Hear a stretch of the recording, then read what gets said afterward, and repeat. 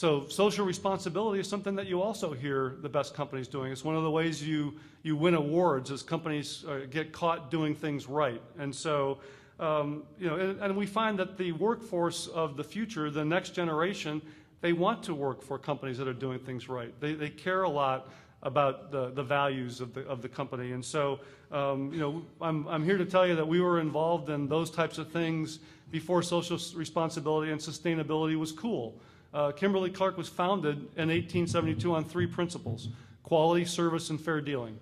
So they talked about making a quality product, about providing great service to customers, and dealing fairly with suppliers and the communities where our employees lived and worked. Pretty simple stuff. We've always been able to give back where we operated. We've tried to be responsible, good corporate citizens wherever we were around the planet. Even more importantly, we looked at sustainability in a different way.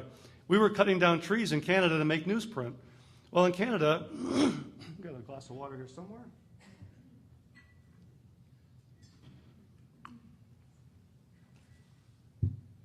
In Canada, it takes about 100 years to grow a tree to cutting height.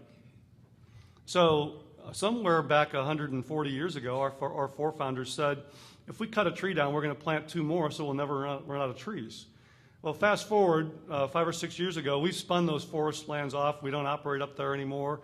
The operator of that forest land just won an award for sustainable forestry because someone in Kimberly-Clark 100 years ago planted trees to make sure that forest was going to be evergreen and was going to continue to produce.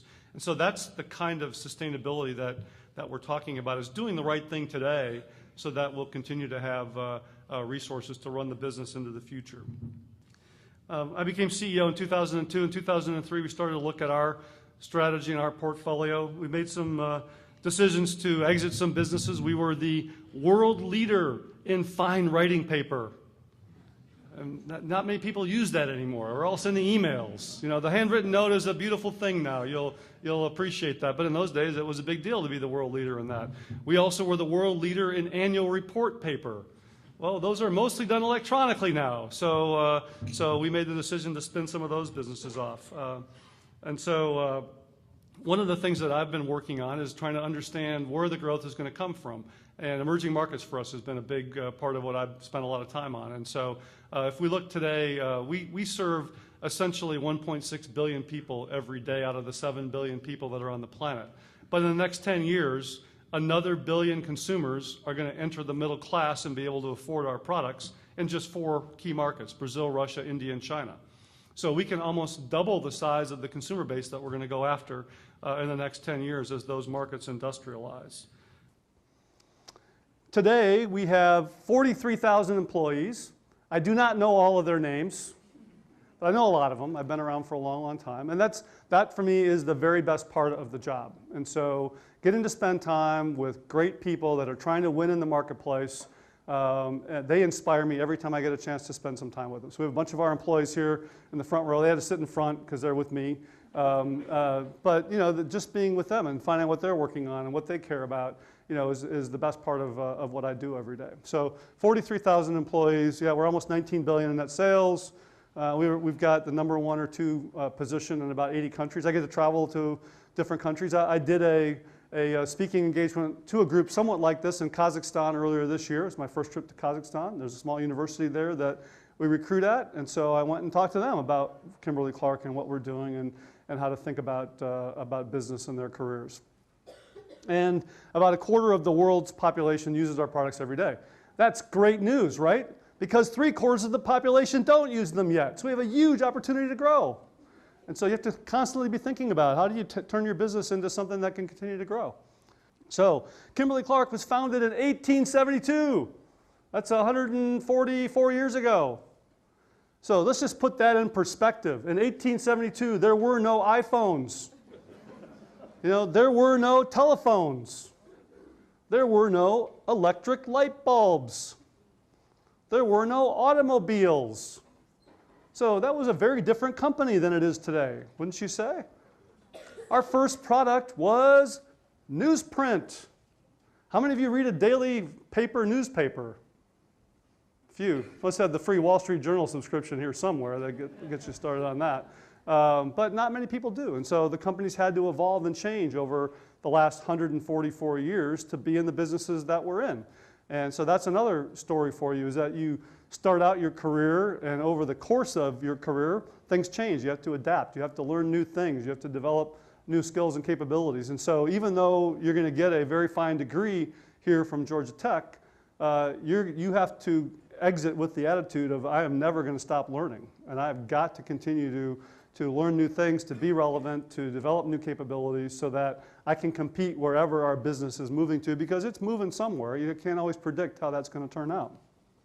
Yeah, no, I think getting people to work together is the most frustrating and most rewarding part of most of these jobs. And so, and are you familiar with something called the STAR model? Have you ever heard of that? So the guy named Jay Galbraith who invented the STAR model, and I did a consulting project with him on org design. And so STAR model starts with your strategy, whatever it is you want to do at the top. And then the other points of the STAR are org design, process, people, and rewards. And execution of any successful strategy is a combination of all those things. So you've got to think about it. Do you have the right organization structure? Do you have the right processes in place? The right decision rights, the right tools and systems? Do you have the right people? Do you need different capability to do what you want to go do? You don't have that in your organization. And then do you have the right incentives aligned? So when I created the new marketing role, it was we wanted to get better at marketing everywhere. We needed to build our capabilities. So we had a strategy that we wanted to get better at marketing. So the org structure was to create a CMO, a central marketing capability. We also had to build a lot of marketing processes and tools and begin to train more of our team in what does it mean to be a good marketer and recalibrate on where the bar was. I had to go recruit some great marketing talent from outside so that our team could see, all right, if you thought the bar was here and I think the bar is really here, I need to bring in some marketers at that level so that you can raise your game.